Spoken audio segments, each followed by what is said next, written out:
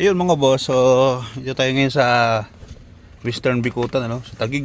Puso ng Taytay Rizal, isang pangalan ang tinatawag. AC Works TV! Meron tayo ditong gagawin na Hyundai Accent na ipis motor problem niya. So lumalaban na talaga. Sir, pala mo kususin mo, sir.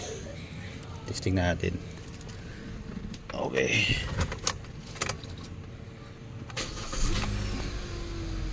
Ay mga boss, ano, wala naman naka-indicate dyan na EPS indicator.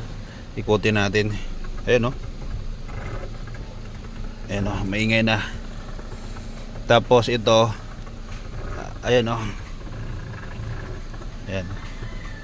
Lumalaban na siya. Tapos may tumutunog, no? So ito yung gagawin natin. Isusolve natin yung problema ni sir. Ito sa manubila niya kasi hindi niya magamit na maayos ito. So ito wala na. So upload kayo ma'am, babaklasin ko muna. Yun mga boss, so naibaba na rin natin yung EPS motor ni sir, no? So ito na yun. Bubuksan muna natin para mapakita natin kay sir yung problema niya dito sa motor niya, kung bakit lumalaban at matigas yung manubila. So hindi natin nagbaba ng buong manubila mga boss, dukot-dukot lang yan, no? So ayan po.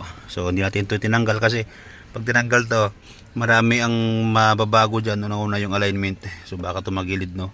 So magkaroon pa ng malaking trabaho. So ito na lang, dinukot na lang natin. Buksan ko muna tapos update ko kayo. So yung mga boss, so ito na, ano, babalikan natin tong EPS motor ni sir dito. So update ko muna tapos i-update ko kayo. Testing natin kung okay ba yung ginawa dito sa EPS motor ni sir at magamit niya na yung sasakyan niya. Yun lang, thank you. Okay mga boss, so na-install na natin, no? Yun na yung sa taas. Ito na siya. So testing natin kung okay na at kung ba yung ginawa natin. So start natin.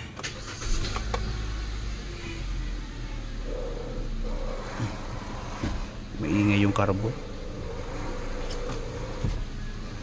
Sir, 1 week observe mo to.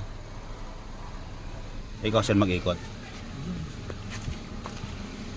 Yung ingay sir, ano yun ha, yung sa dahil yung lapat ng carbon.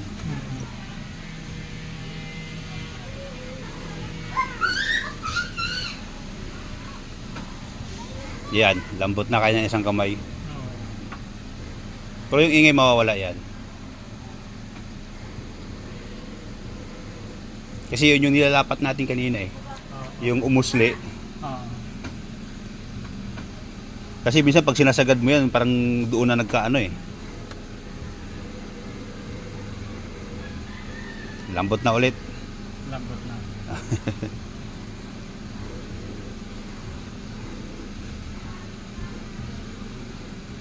Di katulad kanina talagang... Di katulad kanina na pag... Dalawang kamay talaga ginagamit ko eh. Pag-ikot to pa lang, parang gustong bumalik eh. Okay, Lumalaban. so kabit mo natin lahat mga boss yung tinanggal. Tapos okay na to. Update ko kayo pag naibalik natin lahat. Mga boss, so ito na yung ano, yung nagawa na natin yung EPS motor na sir. Yun lang, thank you.